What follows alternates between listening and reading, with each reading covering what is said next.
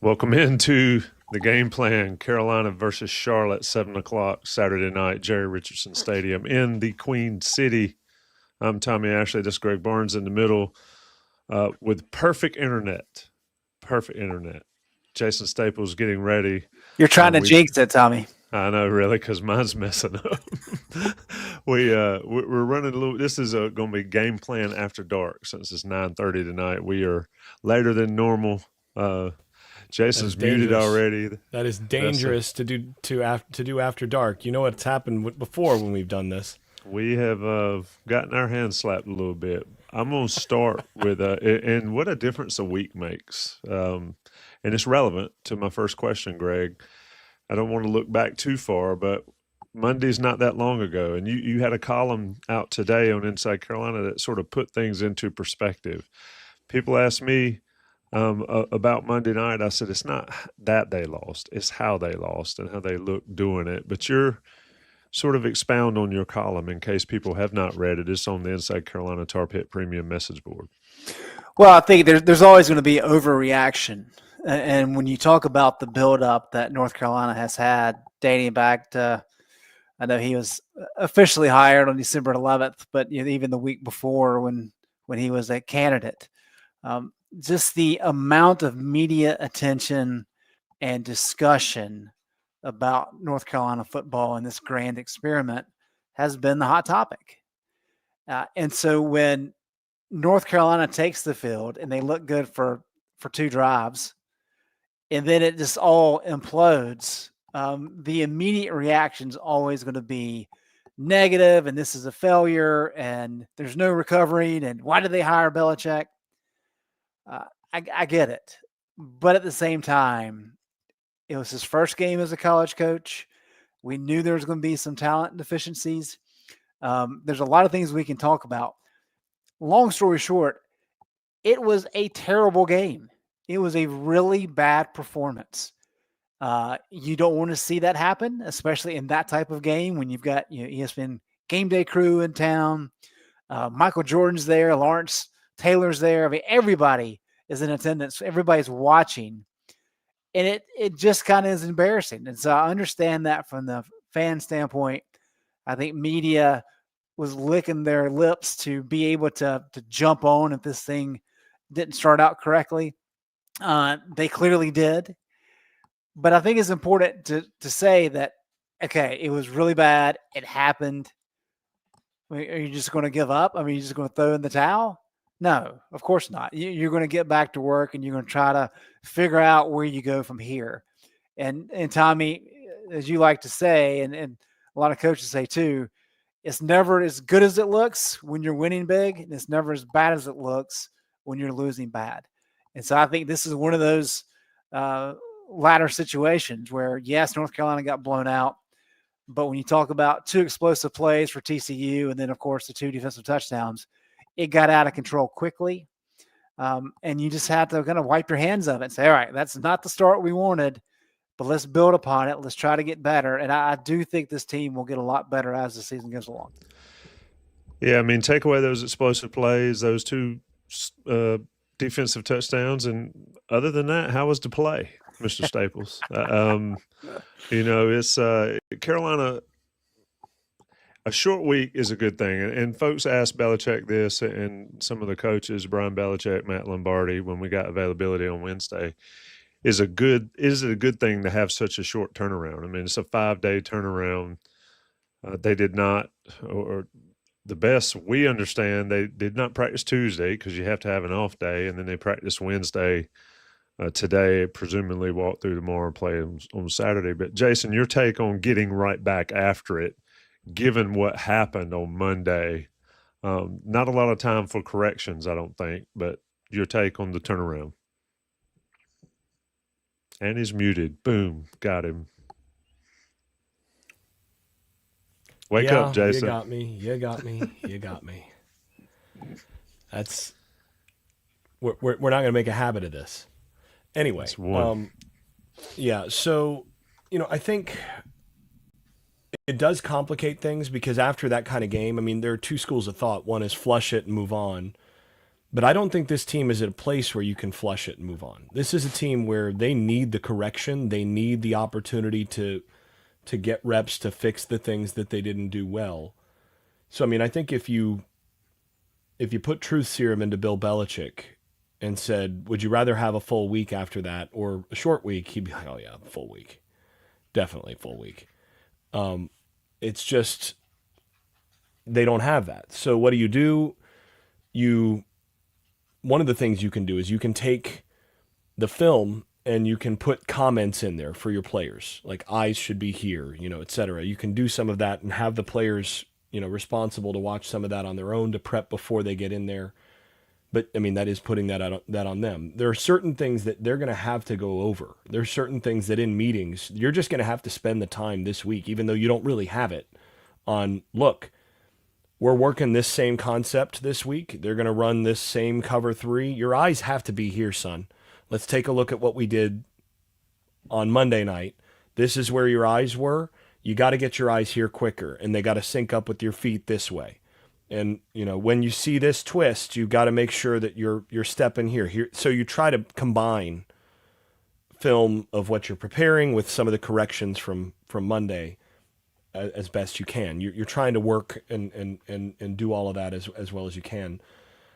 The other part, though, the good part is that you're playing a really bad football team. I mean, you're playing a team that you should be able to beat, even if you play your D- game.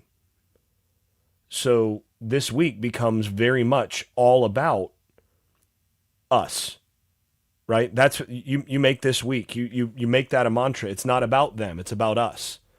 It's not about what they are. It's about whether or not you do your job. It's not about, worrying about every single little detail of our opponent. It's about, look, when we call inside zone, your track is here. You've got to get your second step in the ground here. It's that stuff. So, yeah, it's not ideal to have a short week, I think, after that kind of game, especially in an opener with the new staff and all of that. But it is something that you can work around. And I will say, last thing here, I was actually less negative about a lot of things with respect to this game after I watched the All-22 and I went through that closely. There were some things there that it was like, okay, like you can build on that. That's okay. That's not bad. There were some things where it's like, okay, that's going to be a problem all year. But I knew about that from watching, from personnel. Like I knew that before the game, and some of that was reinforced. But there were certain things where it's like, Leroy Jackson is actually going to be a pretty good player. Like he's got a chance to be pretty good. You've got a few pieces there on the defense that they're just a little bit away from being actually good players. You add a little bit here and there, they can be okay there. Offensively, they were just a hair away. Eyes being in the wrong place away, and a few places from big plays. So there's some cleanup that can get things a lot better, but you got to make it happen. So, Greg, when you look at a game like this, and like I said again, what a difference a week makes. The comments in the chat versus message boards, we all knew that, like you mentioned earlier, the national media was just waiting to pounce. So you knew that stuff was coming. So what do you accomplish? We're going to get into what you need to do, but what is the hope to accomplish against a team like Charlotte?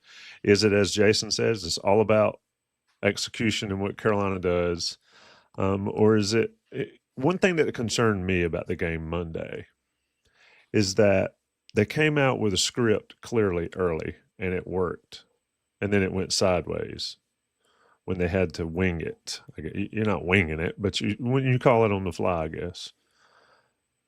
I'd like to see more consistency with that aspect of the game and the game plan and all. But your take here on what they need to do before we actually get into the nitty gritty.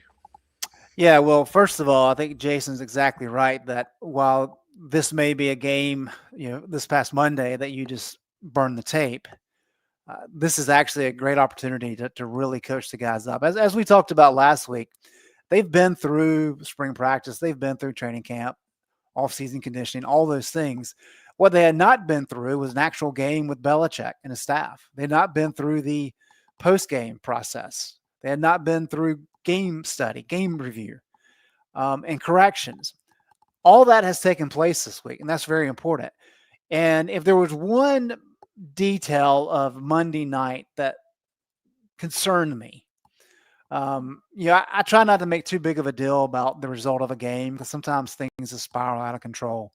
And some of that happened on Monday. But what concerned me more than anything, and I'm probably more guilty than most, but I really thought since Belichick was hired that even if the talent level wasn't where it'll eventually get to and where it should be, that he would really coach those guys up. And so you would see better tackling instead of seeing double-digit missed tackles. You would see better footwork from the offensive linemen. You would see a little bit better decisions by the quarterbacks. I know the team as a whole did a pretty good job with penalties, but it just wasn't a clear example that, hey, these guys may not have the talent, but they're really coached up. That just wasn't evident on the film. And so that was a little bit more of a shocker to me than really anything else in the game. And so this is that opportunity to be like, all right, guys, we've gone through all this. It didn't click. So how do we recover? How do we get better quickly with these couple of games coming up that we should be able to win quite easily? And I think that's something to really harp on this week. I do think that Belichick he knows how to utilize preseason games in NFL. He's done it a long time. I think you'll see, I mean, of course, not to that approach in the NFL, but you'll see some of that play out the next 2 weeks where they're able to mix more pieces in. They're able to really coach guys up more, get some more playing time, get comfortable with some of the schemes. You'll see some more of that these next 2 weeks. I think that's the key really to the season is, you may not lose as bad as you lost last week, but when you lose, if you lose, you want to look competent doing it. You don't want to be embarrassed and look bad in really all phases. And so I think that's kind of a key point for this week is really being able to build on what happened, show that, hey, we can make corrections very quickly. We can show improvement very quickly while also building the guys up. Because that's a big part of this, right? Is that the guys had this confidence about them because Bill Belichick is our coach. Of course we're going to be good. And then you go out on national television and you get smacked. So all of those guys, especially the ones that haven't played much, really were kind of in their feels, at least after the game. So how the coaches do in terms of building those guys back up, because that's a big part of this as well. Jason, you said there were some correctable things or easy. I don't want to say easily. I don't want to put words in your mouth. But after watching all 22s, and I did watch some of your film study, and if folks are not watching the film studies, you really need to. And you backed off a little bit of the issues that we saw when we talked on the day after. What did you see exactly to sort of maybe calm the masses? Because I agree with Greg. At times, it felt like I was watching the same Carolina football team. Well, not just under Mac Brown, under everybody. Yeah, I mean, it's what I said in the day after podcast. It looks like North Carolina football may be more, maybe stronger than Belichick at this point, right? So, because it did look like a North Carolina football team, and in all the wrong ways. But there were some things that I saw that were encouraging. I did think that the defensive line played with better pad level on the whole on the night. I thought that their footwork on the whole was better than it has been, especially on the interior. The lack of talent, overall talent hurts. But there were a few things where, a couple of those guys, it's like, okay, he's not far off from actually being able to do something here. But Marcus Allen really had a very poor game, but most of that was due to just his inability to tackle. And it's just, it looks like anytime somebody gets the ball in his vicinity, it's almost like he panics and tries to get the guy on the ground too quickly. And it's just like, slow down a little bit, step on his toes, just get physical and get your pads on him and wrap up and you're fine. Don't panic and try to dive at his legs and get him down on the ground right away quickly. some of those things, I mean, that's correctable, you'd think. But I mean, he's 4 years in at this point, and maybe it's not. But that's one where it's like, look, just slow down, get your angle, and get, make pad contact with him. Let him run over you and just grab him as he goes over you. I mean, there's a number of things you can do, but just don't dive at his ankles and let him just sort of step around you, right? So, the biggest problem that they had defensively is tackling. They just didn't tackle well. Well, I mean, time for some live tackle circuits. If you have to do it, there's certain things you can do to correct. I thought some of the other things, I mean, some of the other stuff's just going to be corrected because you're not facing an NFL quarterback. And I mean, I tell you what, on the All-22, after watching that, I was like, okay, I'm putting Josh Hoover on my very well may wind up an NFL starting quarterback list. That guy's really good. And TCU has some NFL players there. That's I mean, we thought this coming into the year. That's probably the second best team on North Carolina's schedule, and you're unfortunate to start the season with them. I don't think they're any worse than the third best team on Carolina's schedule. And so some of that just gets corrected because of that. Some of the other stuff gets corrected as Blasky gets back on the interior. Once he's back and healthy, some of those things on the interior change. So some of this is personnel, some of it is who you faced, some of it is just cleaning up technique, cleaning up, some sloppiness in terms of angles and tackling and all that. And those are first game problems. The ideal is that you get better from game 1 to game 2 than you do at any other point. It may take from game 1 to game 3 because of the short week. But the fortunate thing is you might be playing the worst team on your schedule for game 2. So, there's an opportunity to use this as a preseason game and see what you have and continue to get opportunities for teaching in live reps.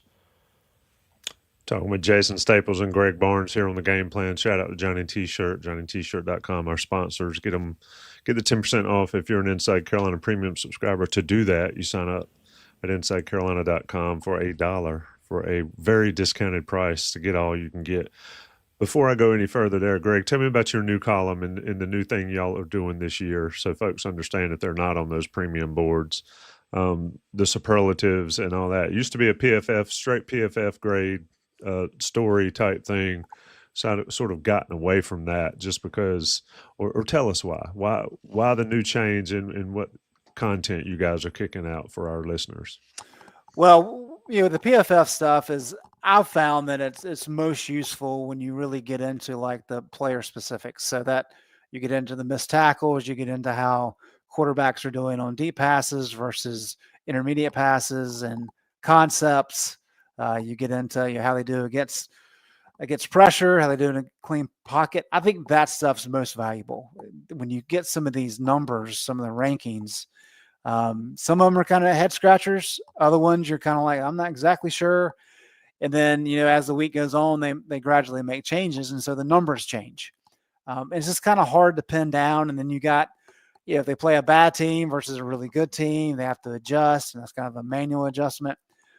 So long story short, really thought with having Jason's ability to really break down film the way that he does, which is such a key attribute and one of the best features that we have at IC, that combined with just our ability to watch the game specifically. And we've both watched a lot of football over the years, just kind of pick and choose some things that we thought stood out and provide some perspective on it. We just thought that would be an upgrade for our readership as a premium option. So I think the first one turned out all right. It'll get better as we go along, trying to kind of piecemeal it together.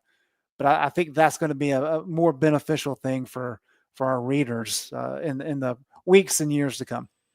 Yeah, it's very much a what would Pat Narduzzi say type column, right? I mean, that's exactly kind of how we come into this. Hey, before I contacted you, Jason, I texted with Pat just to get his opinions. So. And we both value them very highly. So, I mean, especially on the defensive side. So, it really, really matters. You got a lot of famous people paying attention to that love for Pat Narduzzi there, Greg. But yeah, to be serious, that is another aspect of this Inside Carolina Premium stuff that's added this year.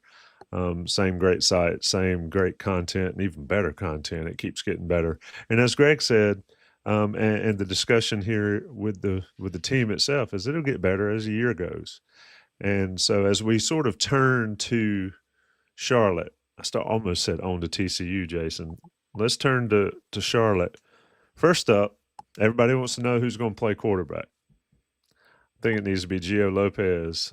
You can't bail on a young man out of the gate, but your take on quarterback play and what we need to see this week. We banged on what he was being asked to do last week. Let's talk about it this week and look into the crystal ball to figure out how Max Johnson, if he plays a lot, what they can do to look better than they did against TCU.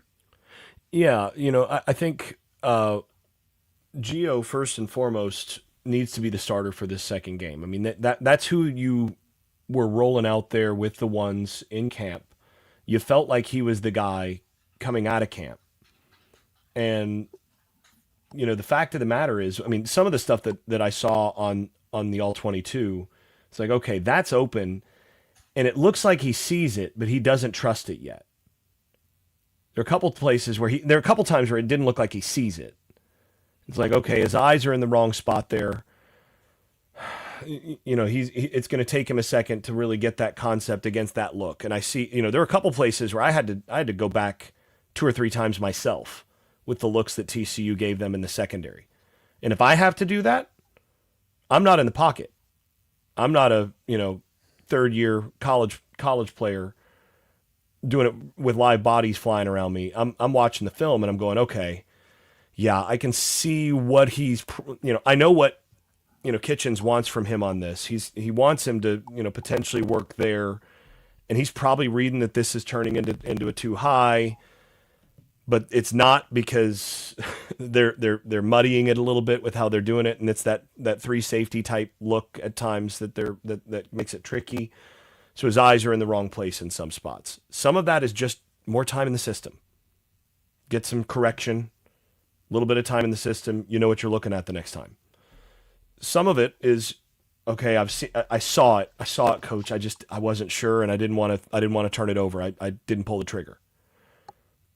It's not, and I didn't see a whole lot of things where it's like, I just don't think he can make that throw. Because I've seen him make some of those throws on last year's film. So you got to give him some opportunity to speed up the processing, to show that he's getting into the offense and all of that. And if that doesn't happen, you do have Max as an option. And I do think this week, if you can get to the fourth quarter with a nice lead, I think you do want to see a little bit more of what Max can offer. But Max was late on about half of the throws that he made. He saw it and he got it out a little quicker on a couple things, but he was late too. So, I don't think there's an easy solution there just by going to Max. I do think if you're gonna play Gio, you do have to make teams fear his legs a little more. But in this game, I think it's a good opportunity for him to really work on the passing game, and that's really what you're trying to focus on. Greg Barnes, the $64,000 question that people keep asking in the chat is, what is the opinion of the play calling? I'm gonna put it to you since you are so well versed in if I'm being honest, coach speak, but also common sense speak when it comes to this stuff. Your thoughts on what we saw there, what we need to see going forward, is particularly as it relates to Gio Lopez. Okay, well, first thing is that Gio Lopez left the game due to injury, and Max stepped in. Number one, I thought Max looked solid, which is a positive. I wasn't sure that he was going to be ready to go for actual game play.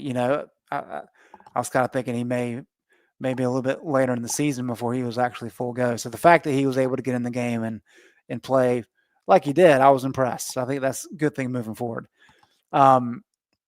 Which leads me to the point of, do we know that Lopez is going to be ready for Saturday night? I tend to doubt it, but who knows? They put out a depth chart. I'm kind of there as well, of like, it's probably going to be Max. That's not based on any sourcing. That's just my personal opinion. But let's say that Gio's ready to go, and let's hope that he is. Jason did a good job in the day after pod, kind of breaking this down, but it's very evident when you look at the film. If you're going to bring in a guy like Gio Lopez, who, while he's a solid passer, his strength is his ability to kind of move and to break tackles and to be a strong runner. We didn't see that at all. And I was surprised by that. They really kind of put the leash on him. And we're asking him to do some difficult things and some things that really fit Max Johnson better. And I have to wonder, I went back in that analysis piece that we talked about earlier, Tommy, and you kind of look at what Bill Belichick has had at quarterback, for the past 30 years. I mean, we're talking about Vinny Testaverde and Barney Kosar. He had Cam Newton for a year, and that didn't go very well. But that's really about it. Matt Castle filling in for Brady when he got hurt, and then he drafts Mac Jones, who can't run either. That's just what Belichick has always known. And so I'm just fascinated to know that if you bring in a guy like Lopez, which is unlike really anything he's ever had, can you really utilize that as quickly as you need to? And we didn't see that on Monday night. And I like some of the idea of, I'm a fan of smash mouth football, and I really like what I saw on the first drive. And I like the idea of putting a 6 offensive lineman out there. I think that can be creative. But TCU bottled it up after that first drive. And you're tipping your hand a little bit because you've got an extra offensive lineman out there. It's either going to be like a max protect, throw down the field, or they know that you're going to be trying to run the ball. And none of that really works with Lopez's skill set. You really kind of want to get the wide receivers out and let him back there, maybe have a running back beside him or behind him in the pistol, and really have an additional runner. And I think if the offensive line is going to play moving forward like it did Monday night, you need that option. You need somebody who can extend plays. You need somebody that can stretch the pocket and steal some yards for you. And I think that's what's got to change. If you want to do what you did the other night, you got to start Max. I don't think there's any question about it. But if you want to use a dynamic player like Gio, use him. Let him use his skill set, put him in positions to make decisions like that to really help your offense. Jason, how difficult is it to construct an offense for a quarterback skill set? I mean, to ask a more serious question, how difficult is it to have an offense for 2 separate quarterbacks that have 2 separate skill sets? It really depends on what the skill sets are. So some quarterbacks, it's pretty darn easy to construct the playbook for their skill set because they got so many of them. They got so many skills, or they've got 1 or 2. You might have a quarterback who only has 1 or 2 tricks, but they're really good ones, right? Dan Marino was not going to win any 100-meter races. You're not going to construct a read option for the guy, but the tricks that he had, that was a pretty useful ability to throw the ball downfield, right? So it's easy to do that. The biggest difference, you don't run a different offense exactly. The biggest difference with a guy like Gio is you add more reads to a play. So I guess the easiest way to explain how, at least this is how I would do it, is to explain like with Malzahn, Chad Morris tree lingo, which is probably the easiest for this. Let's say you've got inside zone. For them, that's Indy. It's not all that complicated, right? So you got Indy, and then if you've got Indy go means Indy converts to a read option on the backside. So now you have an inside zone read. That's all you have to do. If you have a quarterback who's more of a threat on the backside that you want to get the ball in his hands, is you give him a read. You give him a read option, and you say, okay, if he goes here, you keep it. That's the easiest way to make some shifts. And otherwise, you don't necessarily have to run a different offense for a guy that can run versus a guy that can't. That's the simplest thing. Now, the trickier part is if you really want to build a full offense around that. Now that's a little bit different. Okay, let's say you have a guy who can run, but he's more limited as a passer than your passing guy. Well, first of all, you're going to have to spend more time working and repping your run calls because you're going to have to spend more time running the football with him than you would with the other guy. You also have to narrow the passing play selection that guy you're going to ask him to do to the things that you think he can do well. The last thing you want to do is ask a guy who has trouble reading the middle of the field to throw a bunch of balls in the intermediate middle. So you say, okay, this guy, he's a fairly accurate thrower on RPOs, so I'm going to ask him to do, inside zone, but I'm going to have a pass tag on a glance or something down the field. Remember, RPOs are not about quarterback run; they're a pass option. So maybe you add more of that, and you say, okay, but I'm not going to even have intermediate stuff installed. So if we get to third down, it's either, drop back and chuck it on a vertical. We're going to run 4 verts and just let him chuck it and turn it into an arm punt versus an incompletion versus a long catch, or we're going to run it or run a screen. So you tailor how you call the game for that guy based on what his limitations are. And really that's what it boils down to. The more limitations your quarterback has, the more you're scheming around what he can't do. And then you're leaning into the things that he can. So you're pulling stuff out and you're saying, okay, can't do that. Not going to ask him to do that, which means we're going to have to emphasize these other things. And that's why, again, the more skilled your quarterback is, the more you can have in the offense. And that actually gets dangerous too, because then you can lose your identity. For a guy like Max, you're not going to ask him, especially after the surgery and all, to do a whole lot of read option and inverted veer. Okay, son, we want you to run quarterback power, right down that, want you to start in the A gap and work your way back to the opposite A gap because we're going to run inside power. Coach, you really sure you want me to be the battering ram here? For him, you're going to take some of that stuff out of the playbook and maybe you have him read the middle of the field a little more. So that's really the biggest difference. It's more about the sorts of things that you're spending the time in practice repping and prepping for a given game rather than like you have to toss out the playbook and, bring in a whole new terminology or anything like that. It's about what you rep and prep. And there's limited time to do that, especially in college. And that's what gets complicated.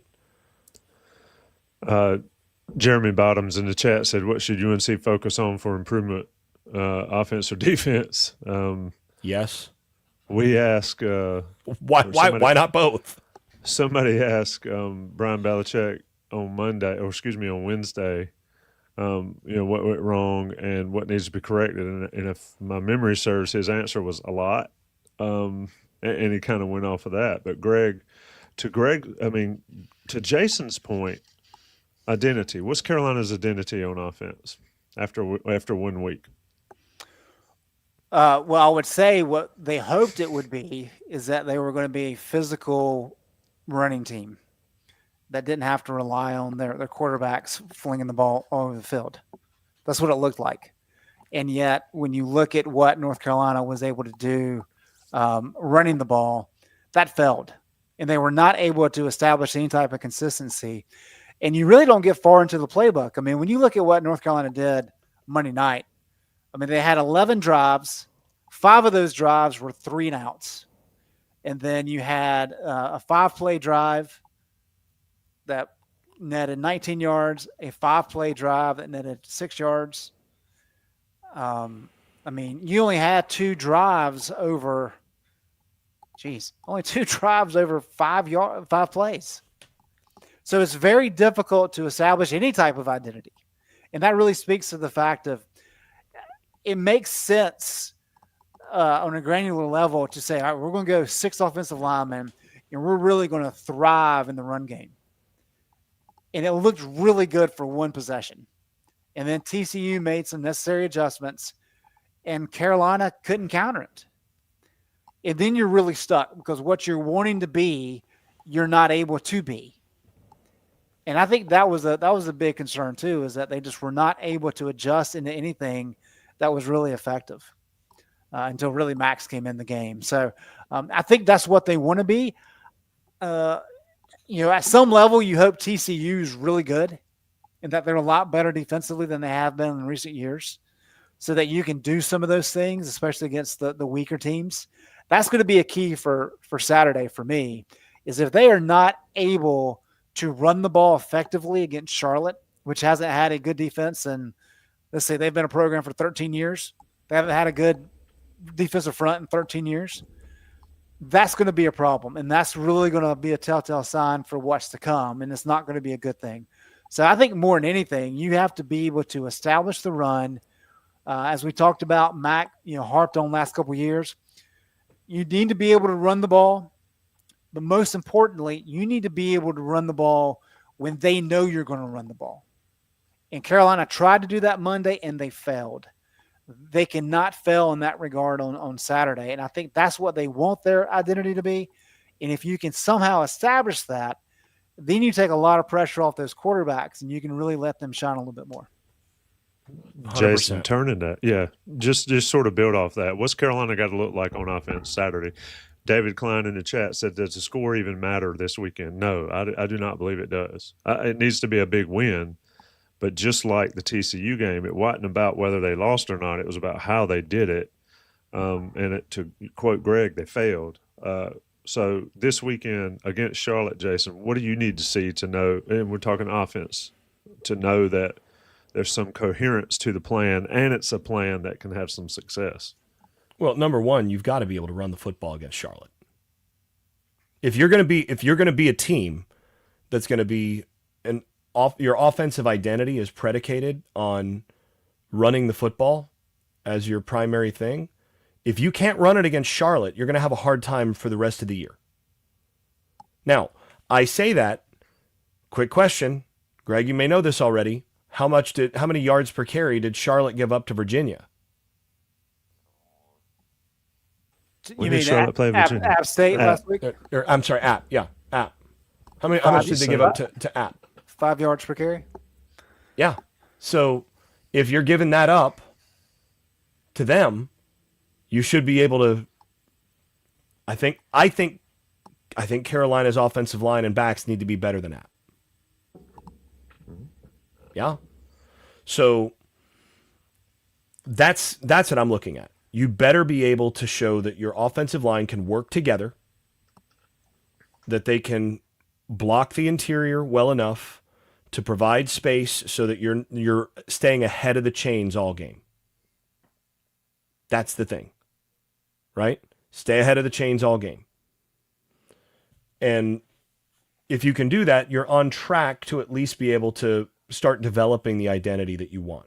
Now, again, the place that I'm going to be focusing my attention, and I said this in the TCU game. Remember what we said. First drives, where's your attention going? Well, I'm looking at the center and the guards. Can they avoid leakage and getting pushed into the backfield against TCU's defensive line so that they can actually run the football? Because if they can't do that and they're getting guys back in the quarterback's lap as well, that'll submarine an offense faster than anything else. And what did we see on Monday? They couldn't block them on the interior. Even when they had numbers. Right. Well, and the thing is, this is what a lot of people don't understand, is numbers don't help you if your center gets run over. Yeah. Right? The fastest way back to the quarterback or to the ball carrier is that straight line through the center. And it was interesting for me this week because I went from watching the Florida State All-22 against Alabama directly to watching the UNC All-22 where you're watching the line of scrimmage, the end zone view. And I walked away going, wow, Florida State in the transfer that they got from Wake Forest, Luke Pettibone, that guy might be a first-team All-American this year. Because he single-blocked Alabama's nose tackles the entire game. He didn't need help. And he won at least 9 out of 10 reps. Single-blocking Alabama's nose tackles. You want to know why Florida State was able to bully Alabama? Circle that right there. The center won. And he won without help. And then you go to the North Carolina game, and even with help, the center is on skates, going backwards on 3 out of 5 plays. You can't run an offense if that guy's in the quarterback's lap, or if the running back is trying to work from the A gap to the backside A gap, or from the B gap to the A gap, or whatever, and the A gap has collapsed. So to me, you got to find a way to block the interior, show that you can at least scheme that in some way to hide that until you get Blasky back and be able to run the football. That's what I'm looking at. Tommy, how many run plays did North Carolina have of double-digit yardage? I don't remember more than one, if there was one. There was one for 10 yards. It was Benjamin Hall. And if you look at what North Carolina did in the first drive, where they looked good, they had a 9-yarder, an 8-yarder, and an 8. So 9, 8, and 8. And those were the next three best run plays that they had. And I believe, was Christo Kelly on the field for those? I can't remember. Yes. I thought he played the first drive. Yeah. Yes, he did. And when he went off, things changed. Yeah. So, and that is the importance of getting those guys healthy. And this is one of those things. Having a competent center is critical to having a competent offense. There's diminishing returns. Like an elite center does not gain you as much as, say, an elite tackle in certain respects. But the gap between a competent or good center and not being able to block at that position is enormous. Like if you can't block that position, you cannot have a good offense. And then you add in the snapping and getting the ball back there and all. It is there's a plethora of issues for North Carolina's offense. We'll say that much more than just simply, as folks have said, that we said early, it's the play calling. To Jason's point, it doesn't matter if the center can't hold up. We'll see what happens. Let's turn to the defensive side of the ball. Greg, I'll stay with Jason on this because I want Greg's reaction. Jason, it sounds to me from reviewing the All-22s, somebody asked in the chat, you did a little bit to start with, that you thought the defense was a little better than the first eyes told us. And I thought TCU sort of had their way. What did you see from that lends you to believe that this defense is a competent bunch? 19 missed tackles can't happen. Did they have that many missed tackles in a game last year, Greg? That'll be a good question for you coming back. I don't think so. I need to double check them. I think that's the most they've had in a long, long time. Which is wild because they were a very poor tackling team last year. Yeah. Right? They didn't tackle in practice last year, but they have tackled in practice this year. Yeah, a lot of stuff. Jason, your thoughts here on the defense? I think Carolina still, though, needs to be better. I talked about Andrew Simpson during the game. He gets to the ball. I can't believe he was only credited with 2 missed tackles. But your thoughts here? Marcus Allen obviously was the focal point, and that was a rough night. We get it. The folks need to understand he was also going up against a stud and a stud quarterback. But anyway, Jason, roll with it. Yeah, so, Thomas Thurman, I think in the chat, asked about whether there was any positives from the interior defensive line, or did I think that was going to continue to be a weakness, as I thought all going into the game. I've been very, very plain all off season that I felt like this would be a weakness, and it was on Monday. But I actually did see some encouraging things. Like I mentioned before, Leroy Jackson actually turned out to be a revelation. I think he was a guy that I was not able to. Greg doesn't know the reference.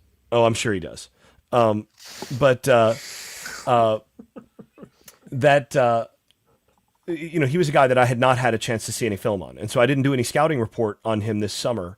And I kept saying all summer, like, I think they're at least one, probably two bodies on the interior short of what they really need to have. They're going to need somebody to develop and step up and be that guy.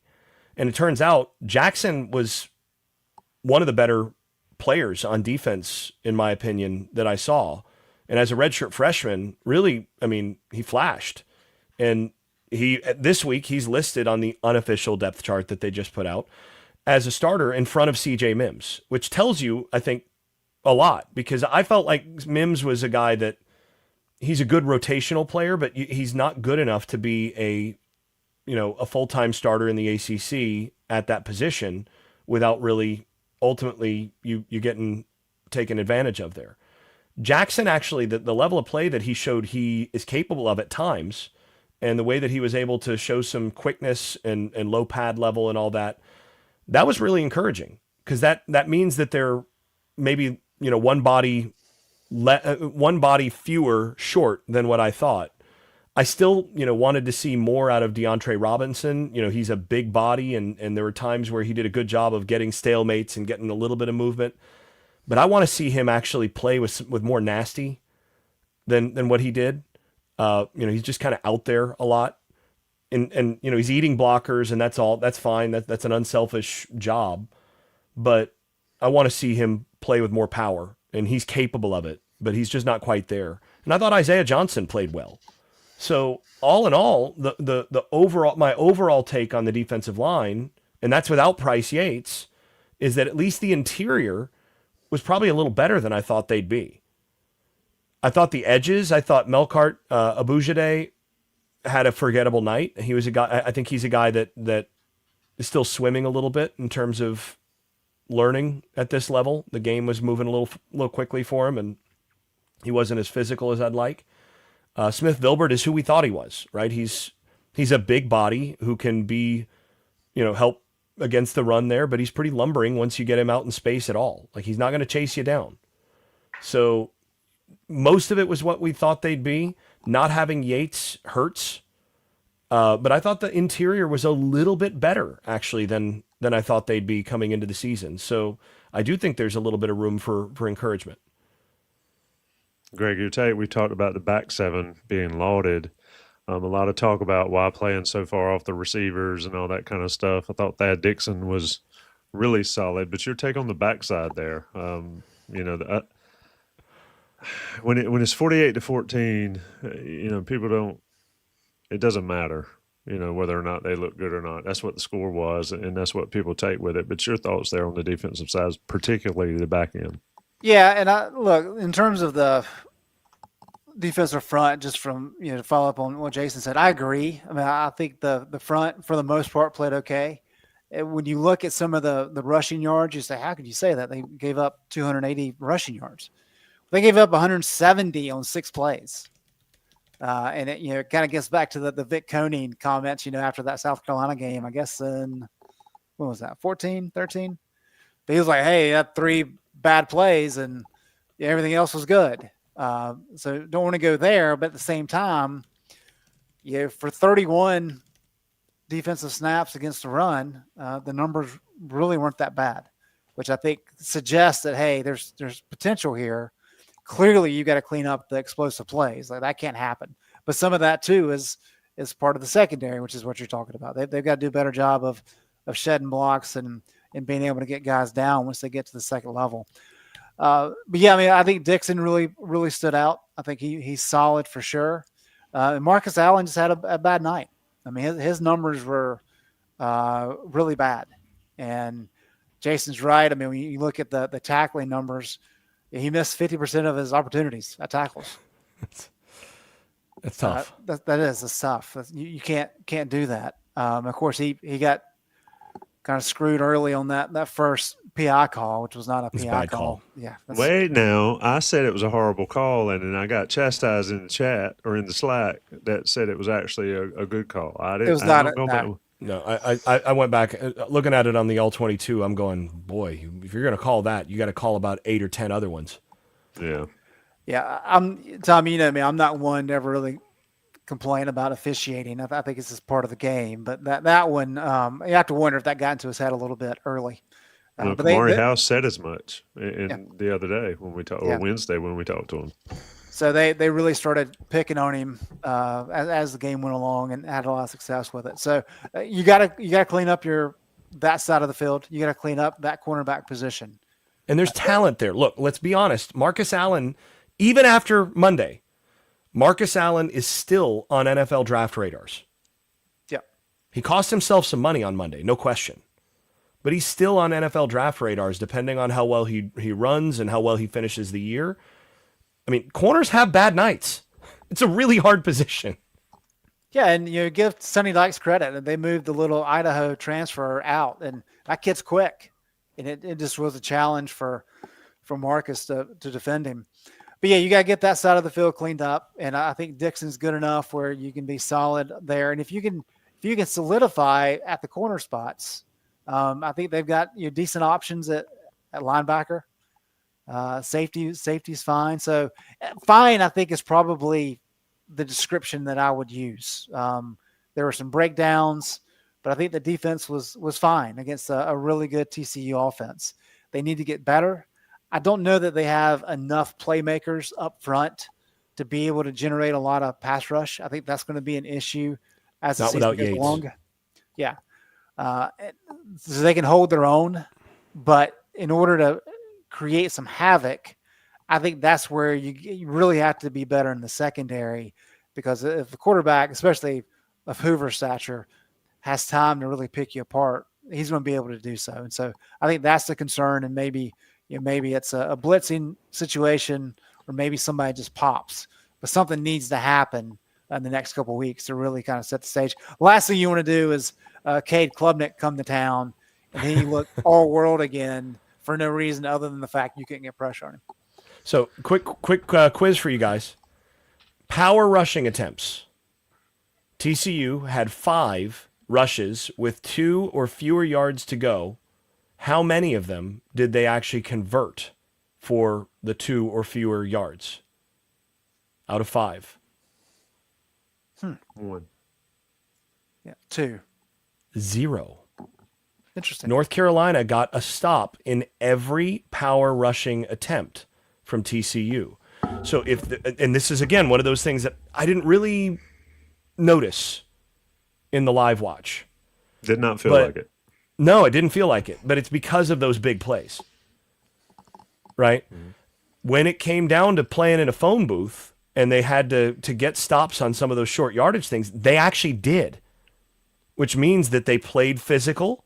They played with low pad level. They had good gap discipline on those plays. You know, all of that comes together on that. That's a good sign moving forward. Can they do that in the middle of the field when they've got to defend more space and all of that? That's still an open question.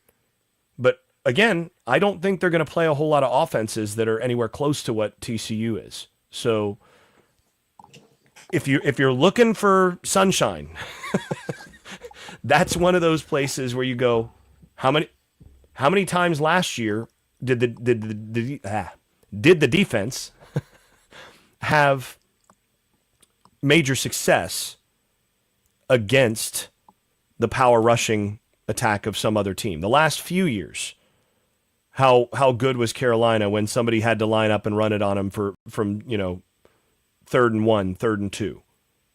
That was a weakness. Wasn't on Monday night. Yeah, and Tommy, you asked about the tackles. I went back through and looked, and I was given that defense last year more credit than it deserved. They did not have 19 missed tackles in a game, okay? So Monday night was the worst. But Carolina missed 18 tackles against Duke. They missed 17 tackles against NC State. They missed 15 tackles in the bowl game, and then they missed 16 tackles against somebody else. So there were plenty of missed tackles to go around. Everybody gets a missed tackle. You get a missed tackle. You get a missed tackle. We got to talk about Charlotte just a little bit. Last week we didn't talk a ton about TCU because we didn't really know what to expect from anybody. But this week Carolina plays Charlotte. Obviously, Charlotte has Conner Harrell, JaQurious Conley, and 3 or 4 other North Carolina players. I thought it was fascinating to ask Brian Belichick, do you watch North Carolina film for Conner Harrell when you're preparing to play Conner Harrell as North Carolina against in UNC Charlotte or against Charlotte? So the world we are in. But, Greg, you do better research on opponents than most all of us. Can you sort of give us a read on Charlotte? I watched them against App. They did not look good. And Conley made a great play to save a touchdown. And props to him for getting back into the game and everything he's gone through. His folks were big on our message boards while he was at North Carolina, so it's good to see him play in the game he dearly loves. But as a Charlotte player and for Conner Harrell, what do they present for North Carolina?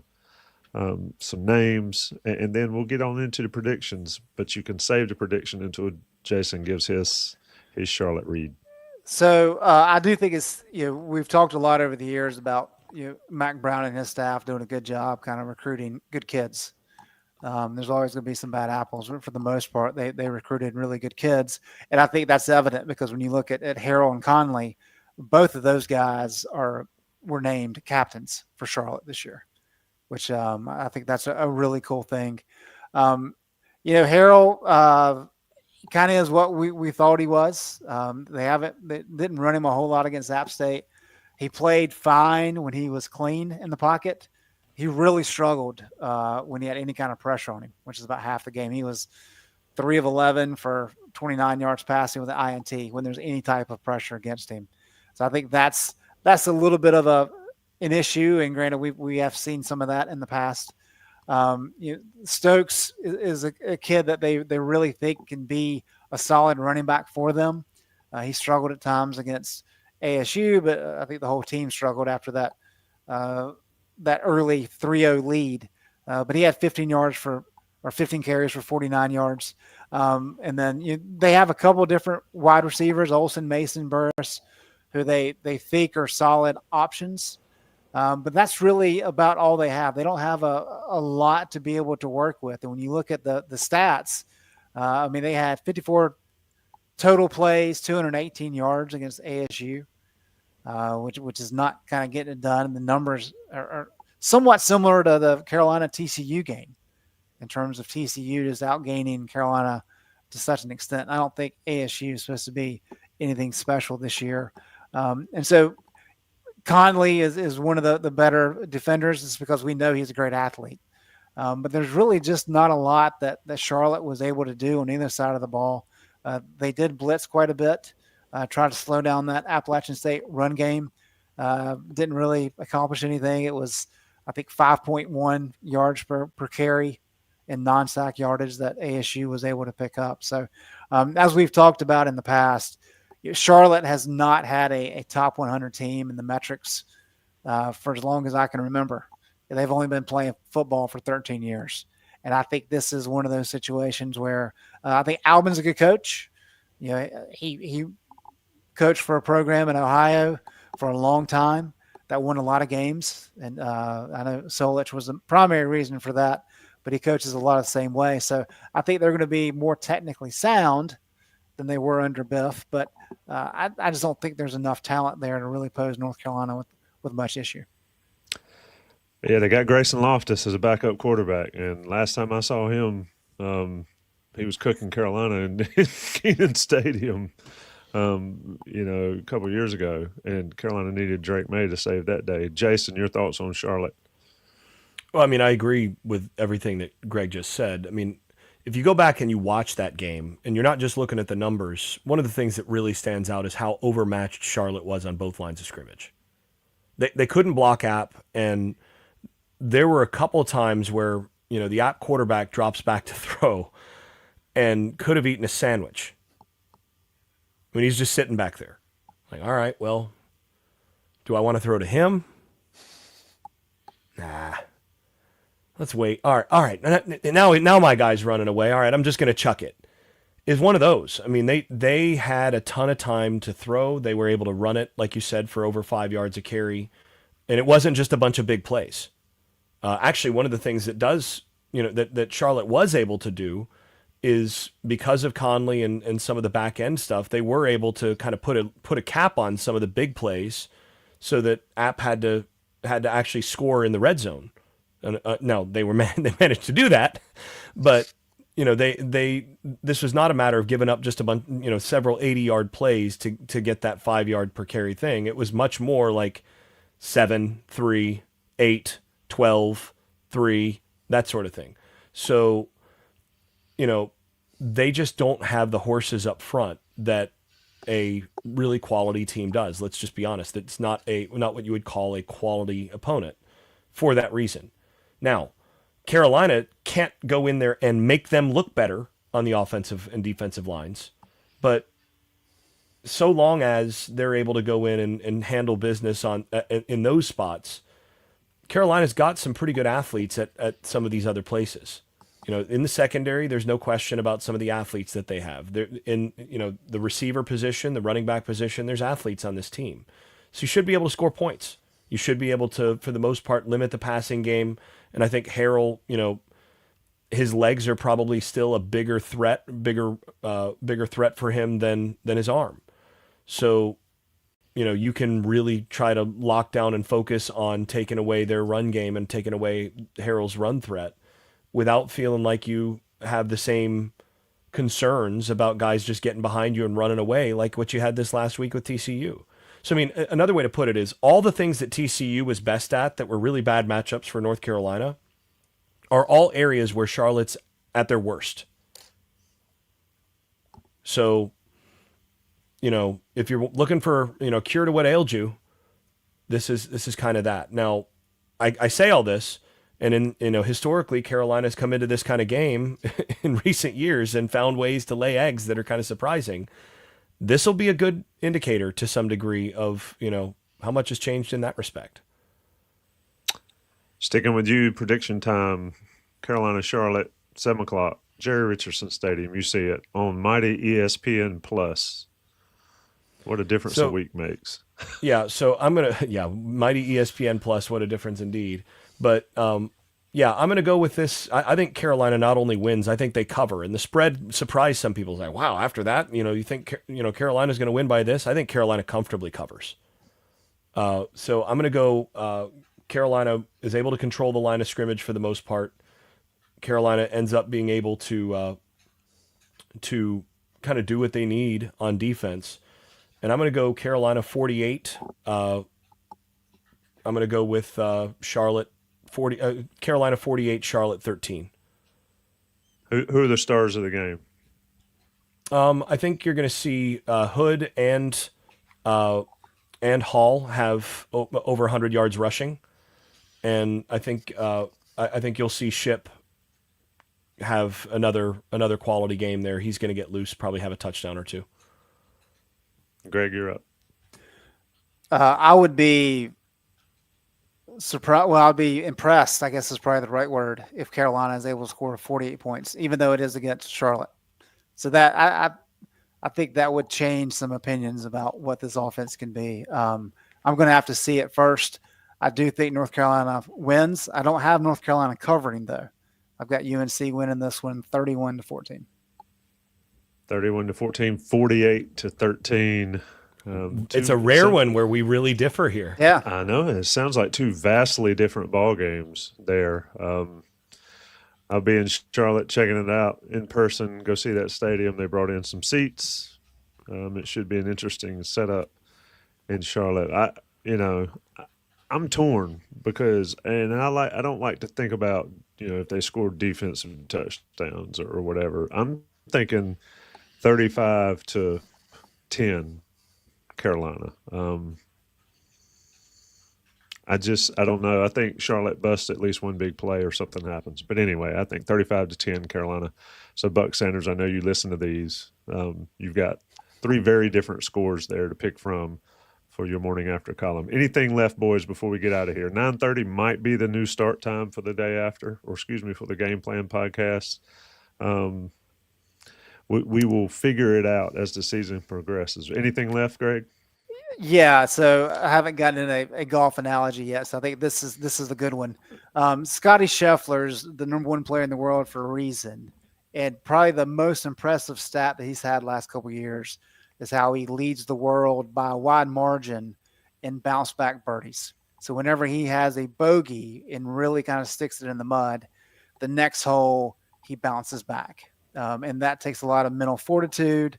And you really have to be focused. And you really have to put aside what just happened while also gearing down and trying to get it back. I think that needs to happen on Saturday. I don't think there's really any question that Carolina wins the game.